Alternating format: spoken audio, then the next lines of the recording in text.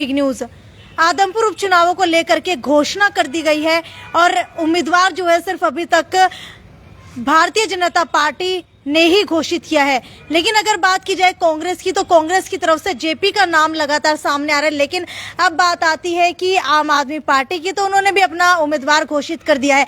लेकिन अगर अब बात की जाए जजपा की, जो भारतीय जनता पार्टी के साथ अलायंस के अंदर सरकार बना रही है, तो एक बड़ी खबर इस पूरे इलेक्शन को लेकर के ये आ रही है कि दुष्यंत चौटाला ने पहले जो है कल एक मीटिंग की गई थी, उसके बाद ये फैसला लिया गया था कि हो सकता है कि जननायक जनता पार्टी जो अलायंस के अंदर चल रही है भाजपा के साथ, वो जो है अलग से आदमपुर उपचुनाव के अंदर अपना दमखम दिखा सकती है, अपना कैंडिडेट अपने ही सिंबल के ऊपर उतार सकती है। लेकिन अगर बात की जाए इनेलो पार्टी की, तो इनेलो पार्टी की तरफ से पहले जो है ये नाम सामने आ रहा था कि शायद हो सकता है कि कोई बड़ा जो है प्रत्याशी वो मैदान के अंदर उतर करके आए। रमेश गोदारा का नाम इसके अंदर आ रहा था। लेकिन अब थोड़ी थोड़ी स्थिति बदलती हुई नजर आ रही है। जैसे जैसे और कैंडिडेट्स की घोषणा होती जा रही है, वैसे वैसे इनेलो भी अपने रंग ढंग दिखाना शुरू कर चुकी है। और इसके बाद अब इनेलो की तरफ से ये बातें सामने आ रही हैं कि हो सकता है कि करण या अर्जुन की तरफ से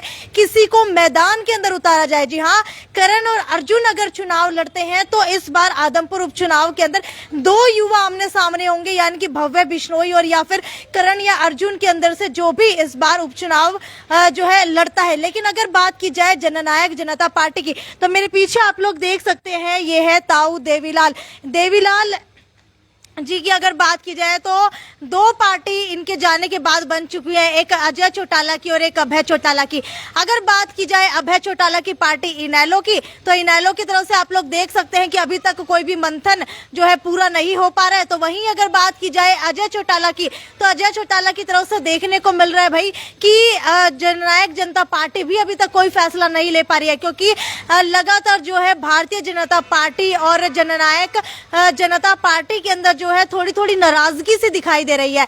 और नाराजगी के चलते हो सकता है कि दुष्यंत चौटाला इस बार आदमपुर उपचुनाव के अंदर सपोर्ट भी ना करे। और खबरें तो यहां तक भी आ रही थी कि शायद हो सकता है कि इलेक्शन के बाद ये दोनों पार्टियां अलग हो जाए। जी हाँ, जो जननायक जनता पार्टी के 10 विधायक थे, उनमें से 7 विधायक जननायक जनता पार्टी का साथ छोड़ दे, ऐसी खबरें जोरों शोरों के ऊपर है। लेकिन अब अगर जननायक जनता पार्टी अपना अलग से चुनाव लड़ती है, तो ये स्थिति क्लियर हो जाएगी भाई कि नाराजगी जो है बेहद ज्यादा बनी हुई है। नाराजगी बनने के बाद जो है शायद अब हो सकता है कि ये अलायंस के अंदर जो सरकार चल रही है इसके अंदर भी फूट पड़ जाए और शायद जो है कुलदीप बिश्नोई का आना भी इस बार बीजेपी के अंदर सफल हो जाए। तो वहीं अगर बात की जाए आज की बैठक की, तो आपको बता देते हैं आज एक दोबारा से नई दिल्ली के अंदर बैठक की जा रही है, जिसके अंदर जजपा ने आदमपुर उपचुनाव में प्रत्याशी उतारने और पंचायत चुनाव सिंबल के ऊपर लड़ने के ऊपर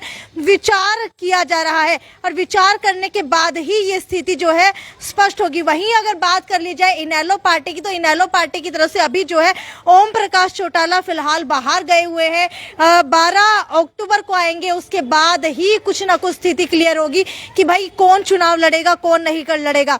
लेकिन एक चीज और जो है साफ होती हुई नजर आ रही है। अगर आप देखेंगे भारतीय जनता पार्टी का ये चुनावी पोस्टर, तो इसके अंदर आप लोगों को देखने को मिलेगा भाई कि आदमपुर के अंदर भाजपा जो है अकेले चुनाव लड़ रही है। इसके अंदर जजपा की तरफ से कोई भी प्रत्याशी नहीं दिखाई दे रहा है। हर बार ऐसा होता है कि चुनाव के अंदर जब भी कोई भी भाजपा का कैंडिडेट उतरता है तो साथ के अंदर दुष्यंत चौटाला की भी फोटो लगी होती है। लेकिन इसके अंदर ऐसा कुछ भी नहीं दिखाई दे रहा। ये सिर्फ भारतीय जनता पार्टी की ही बात नहीं है, बल्कि अगर कांग्रेस की बात कर ली जाए तो कांग्रेस के अंदर भी किरण चौधरी खफा होती हुई नजर आ रही है। उन्होंने भी कहा है कि भाई जो कैंडिडेट घोषणा करने से पहले एक मीटिंग बुलाई जाती है, इस बार ना तो वो बुलाई गई, ना ही उनका कोई इस बार रोल रहा। इसके अलावा कांग्रेस के प्रत्याशी जो घोषित करने से पहले प्रचारकों की जो है ड्यूटी लगा दी गई है, उसके अंदर से गांधी परिवार का कोई भी नाम नहीं है। इसके अंदर ड्यूटी लगाई गई है कांग्रेस प्रदेश अध्यक्ष उदय भान की, पूर्व सीएम भूपेंद्र सिंह हुड्डा की, कुमारी शैलजा की, दीपेंद्र हुड्डा की, रणदीप सुरजेवाला की, कैप्टन अजय यादव की, किरण चौधरी की। इसके अलावा जो चारों कार्यकारी अध्यक्ष है उनकी ड्यूटी लगाई गई है। 30 विधायकों, 48 पूर्व विधायकों और पूर्व सांसदों को जिम्मेदारी भी सौंप दी गई है।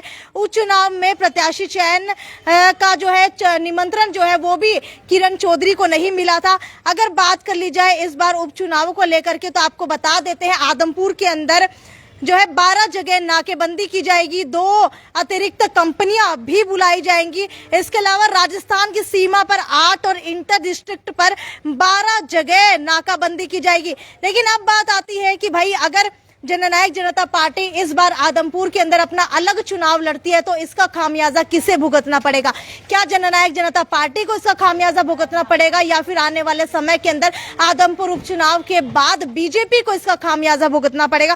क्योंकि लगातार आप लोग जो है कमेंट भी कर रहे हैं, कमेंट का भी सीधा आपको जवाब देने की कोशिश करेंगे।